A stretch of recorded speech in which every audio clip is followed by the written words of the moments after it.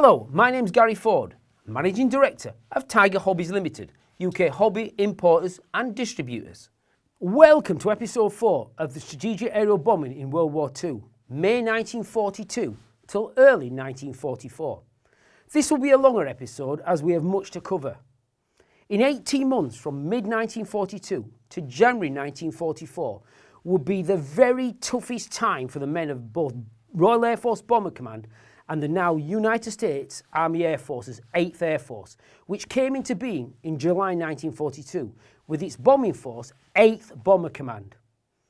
Before I go into this episode, I thought I'd go through a little bit of organisation of the two main bombing forces, starting with Royal Air Force Bomber Command. Bomber Command was commanded by Air Marshal Arthur Harris from his HQ at Royal Air Force High Wycombe, and this was subdivided into a number of groups. And I'll look at this as for 1943, as a number of light bombers will be transferred as a whole to the new UK Tactical Air Forces leaving Bomber Command, with mainly heavies and Mosquito groups. But in April 43, it stood at 7 operational groups, with a training group and at least 9 operational types of aircraft. By April 1943, RAF Bomber Command was organised into a number of groups, each with various squadrons of bombers as follows. Number 1 group. This had Lancasters and Wellingtons and generally based in South Yorkshire and North Lincolnshire.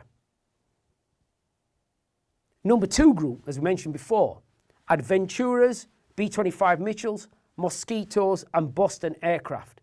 And this was based around about the Norfolk area. But as I stated earlier, it was transferred totally to the Tactical Air Force in mid-1943.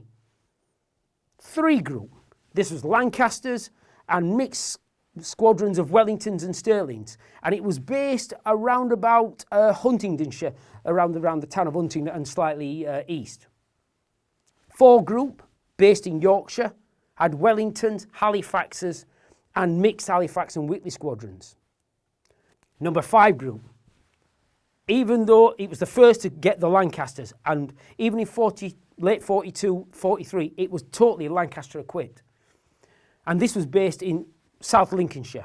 Number 6 group was formed in January 1943 and was transferred over to the Royal Canadian Air Force and had Wellington squadrons and Halifax squadrons, but slowly the Wellingtons were replaced by more Halifaxes. And again, 8 group, again, formed at the same time in January 1943, had mixtures of Lancasters, Halifaxes, Mosquitoes and Wellingtons, and its job was to mark the targets. And the final group was number 7 group, but that was a training group and later on became 7 group heavy conversion units in 1944. So its frontline strength in 1942-43 was about 1,000 heavies. We shall now look at the United States Army Air Force in the UK up to late 1943. The US Army was divided into 3 main parts: land forces, logistical and support forces, and from 1941, the United States Army Air Forces. Before that, it had been the United States Army Air Corps, or USAAF. This was led by General Henry Hap Arnold, and then split into a number of air forces. And the one we shall be looking at for this part of the video is the 8th Air Force. And this can be quite confusing.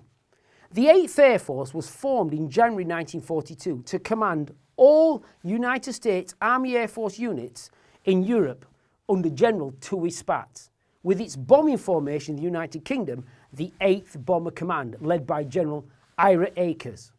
Spatz also moved his HQ of the 8th Air Force into the United Kingdom in the summer of 1942.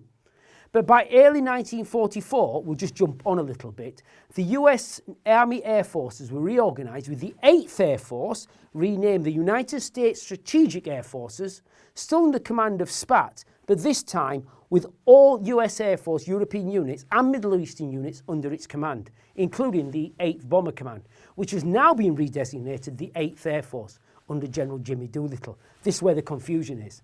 It also had the 9th Air Force, 15th Air Force and 12th Air Forces.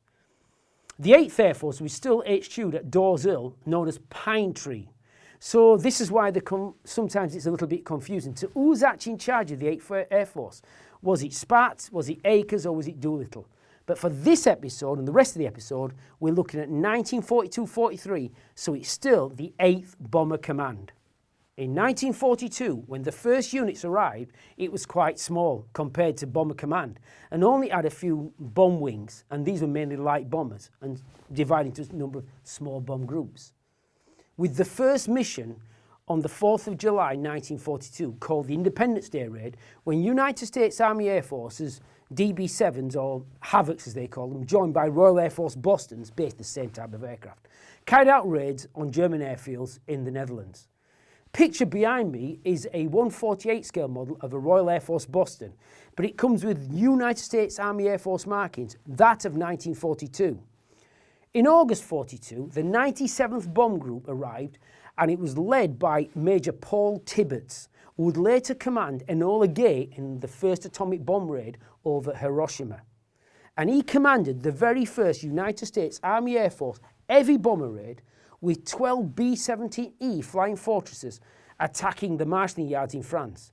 General Akers was actually on board one of the aircraft, much to the displeasure of both Arnold and Tui Spatz, but the B-17s were escorted by lots of Royal Air Force Spitfire Mark 9s, so it wasn't too bad.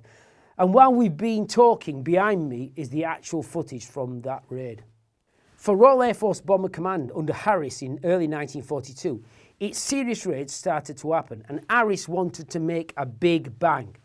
But the Royal Air Force Bomber Command, it was like going over the top in 1916, straight into pre-prepared defences with no softening up of those defences of the Third Reich.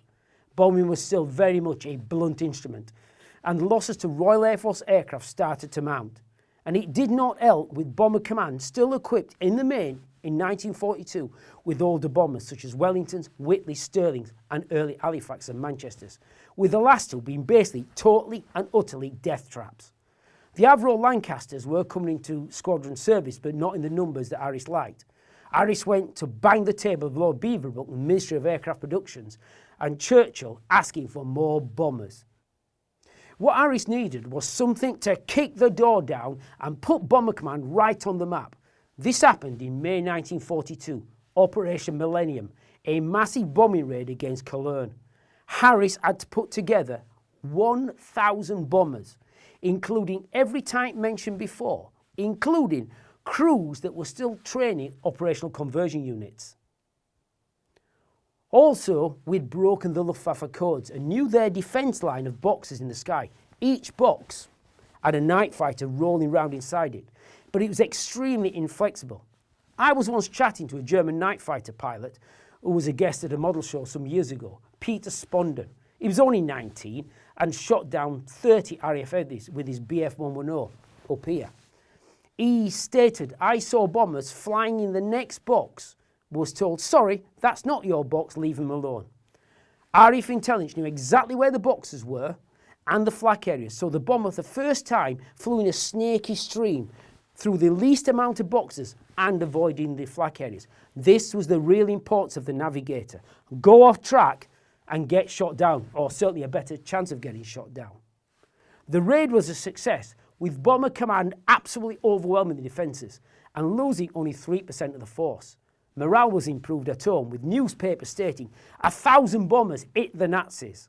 The Germans were mortified, but remained totally inflexible in their defences, and they would pay a terrible, terrible price in the Hamburg raid in the summer of 1943. The United States Army Air Force was still building up during 1942 and early 43. RAF Bomber Command carried out 2 more 1,000 bomber raids during June 1942 to both Essen and Bremen, but it was simply not sustainable, to the relief of the Germans. For the rest of 1942, the boffins were busy at work.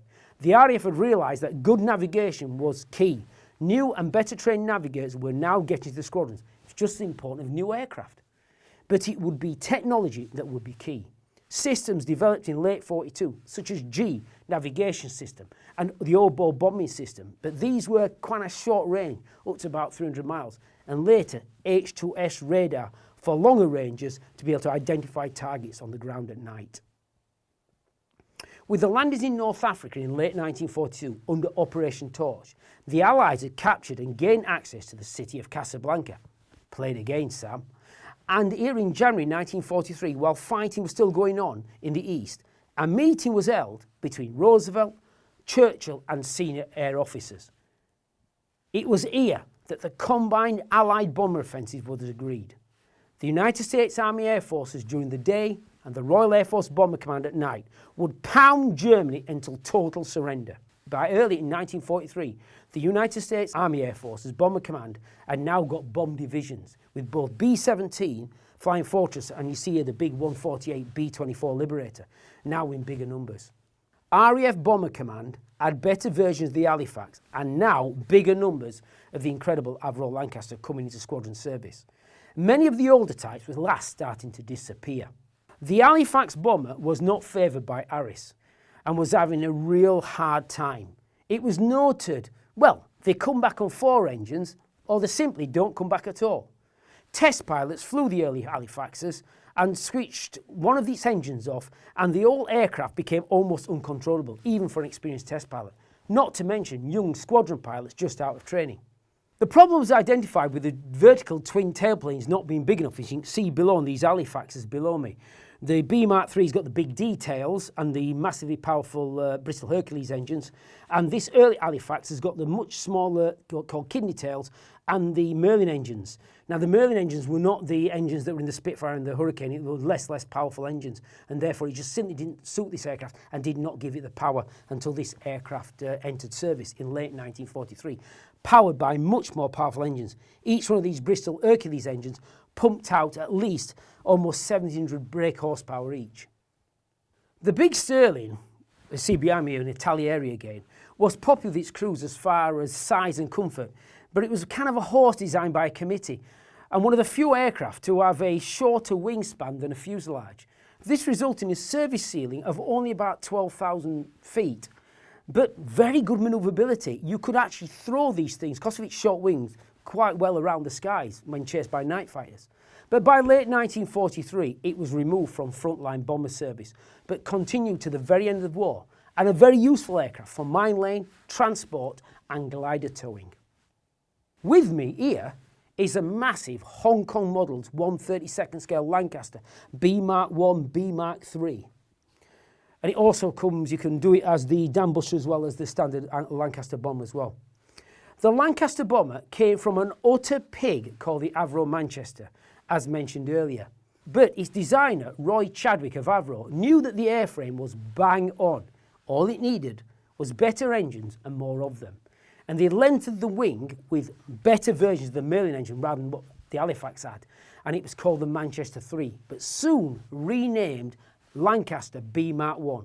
For those interested, the B Mark II was equipped with the same engines as this Halifax, the Bristol Hercules, but not many were made, around about 200.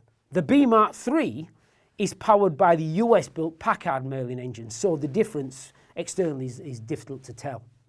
The B-17 mentioned earlier was basically an old design, in fact the oldest of the main bomber aircraft in the Allied bomber forces, but it proved resilient in combat. It could take lots and lots of damage and get back somehow, with half of its flying surfaces missing.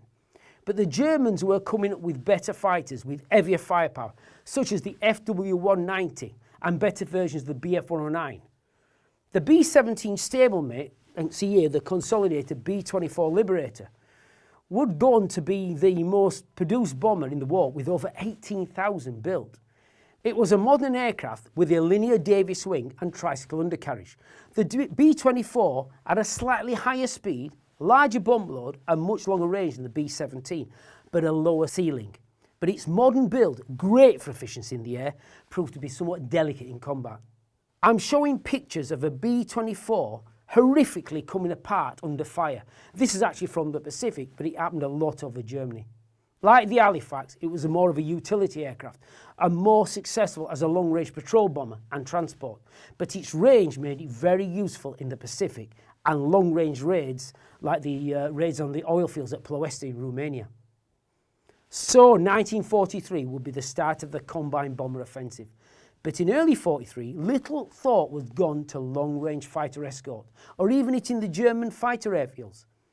Thus the Allies would come across Germany in vast numbers, but would take terrible amounts of losses to a point of almost taking 8th Bomber Command out of action by late 1943. On the other hand, advancing technology with bombing, making bombing more efficient, and in the background there was work on long-range fighters. RAF Bomber Command was coming to strength with more and more Lancasters coming online, and were now in a position for a sustained bomber campaign. This would be the Battle of the Ruhr, May to July 1943.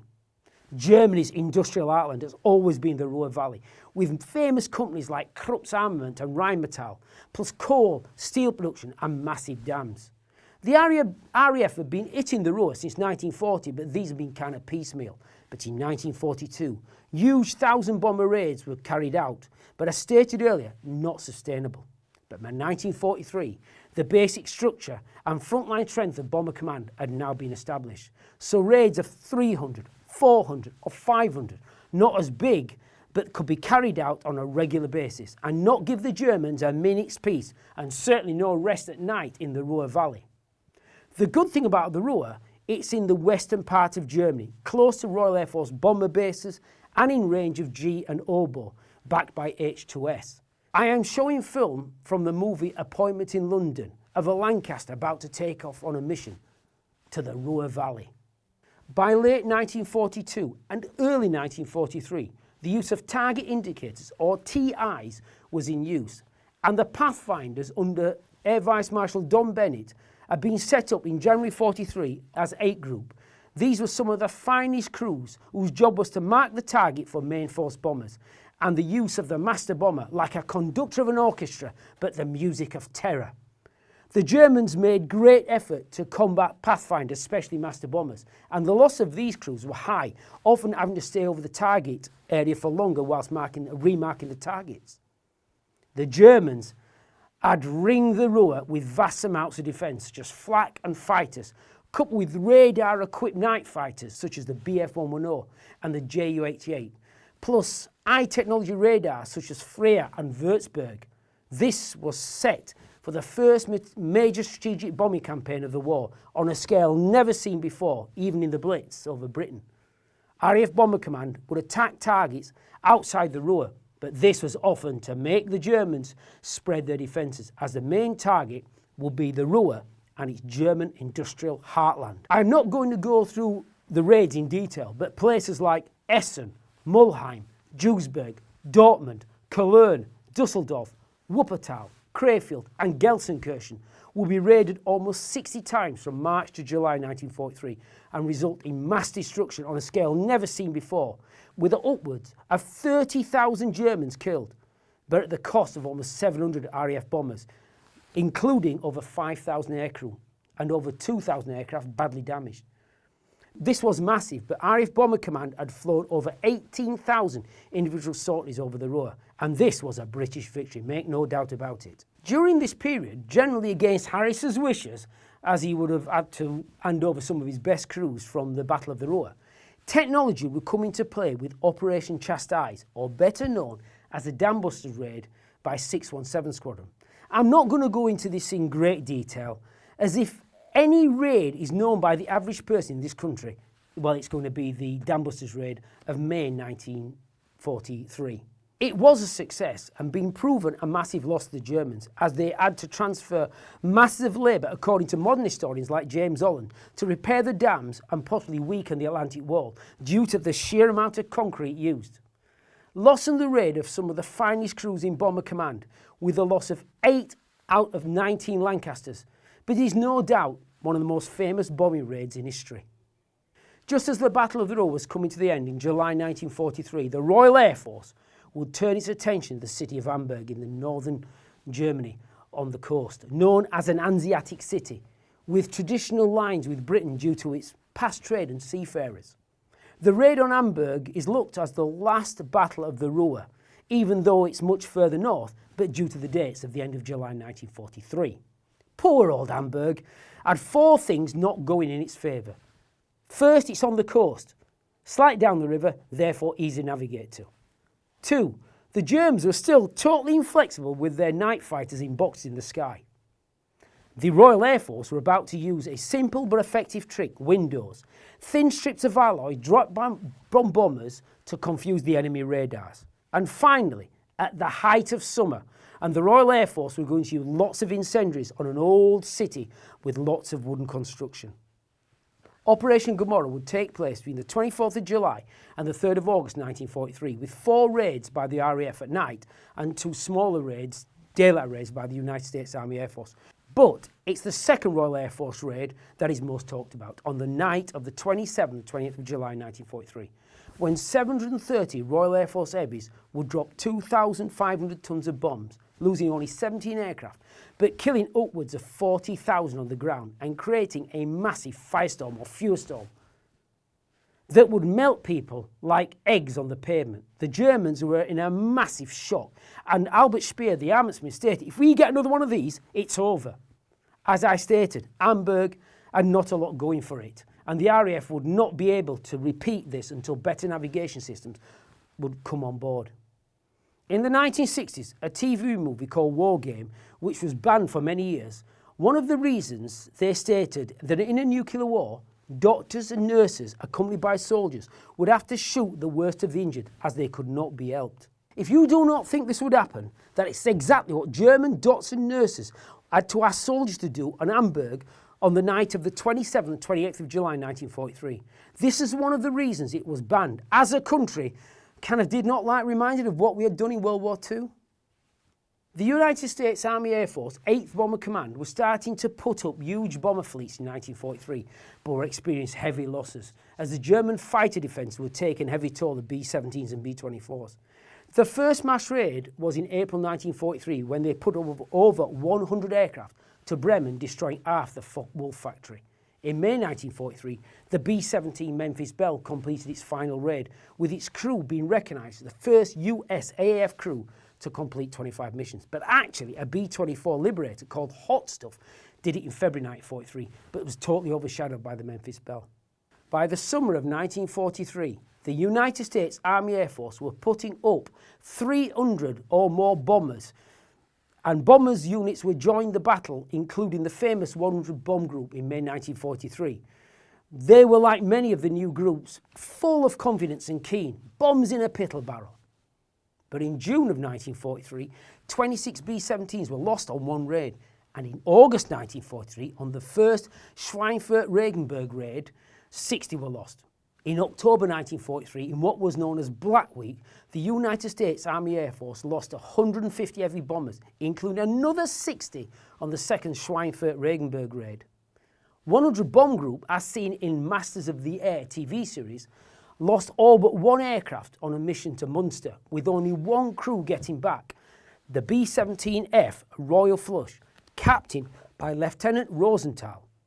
Tiger Hobbies do an amazing 148 plastic kit of the B-17, as we've got here, which is a 100th Bomb Group, and it's a B-17F and comes with many markings of the aircraft from Masters of the Air. Colgate have done now a 72nd scale die-cast B-17F Flak Royal Flush, captained by Lieutenant Rosenthal, and it's literally just arrived with us just as we started filming today. And so it's now on sale at Tiger Hobbies at www.tigerhobbies.co.uk, and it is a very, very special model, along with the B-17F in the plastic kit from Edward. So, by October 43, the two bombing forces had a different outlook. The USAAF 8th Bomber Command were almost finished. No long-range fighter escorts, no long-range mission. So they would have to wait until early 1944 and the arrival of the P-51 Mustang and longer-range version of the P-47 Thunderbolts before going back into action on a major scale. Harris and Bomber Command were kind of cock-a-hoop. With the success of Hamburg and the Battle of the Ruhr and many other raids, Harris would then walk into a trap of his own making. In the late summer of 1943, he walked into the office of Portal, Chief of the Air Staff, and later Churchill, and stated, "I can end this war by Christmas." Where have we heard that before? "I will finish Berlin, bomb it into submission, and it'll only cost me 500 aircraft. Remember, that's 500 times 7 lads. The bombing of Hamburg had not only rattled the Germans, but made senior UK politicians very uncomfortable, with senior bishops in the House of Lords worried about the morality of killing civilians on mass scale. Churchill, I think, was happy to let Harris do his bit. He would, like all politicians, shuffle to one side when this was over. What do they say? If politicians, if they're not kissing babies, they're stealing their bloody lollipops. Harris would go head first into the cauldron of fire over Berlin. It would not cost 500 aircraft, but over 1,000 aircraft, and over 1,000 aircraft so badly damaged they would never fly again, plus the loss in this period of 10,000 aircrew. For little or no strategic advantage, Berlin was a city of long, wide roads with tough buildings, and the bombs wouldn't have the effect as they did on wooden cities or cities tight-knit with factories close in. In episode 5, we shall look at the Allied bombing campaign in 1944 leading up to D-Day, and the worst Royal Air Force disaster of the war, when more airmen died in 1 hour over Nuremberg than all of the Battle of Britain. We shall also see the mighty 8th Air Force starting to become the masters of the air, and the P-51 Mustang ruling the skies, and the most controversial but misunderstood Royal Air Force raid of the war, Dresden.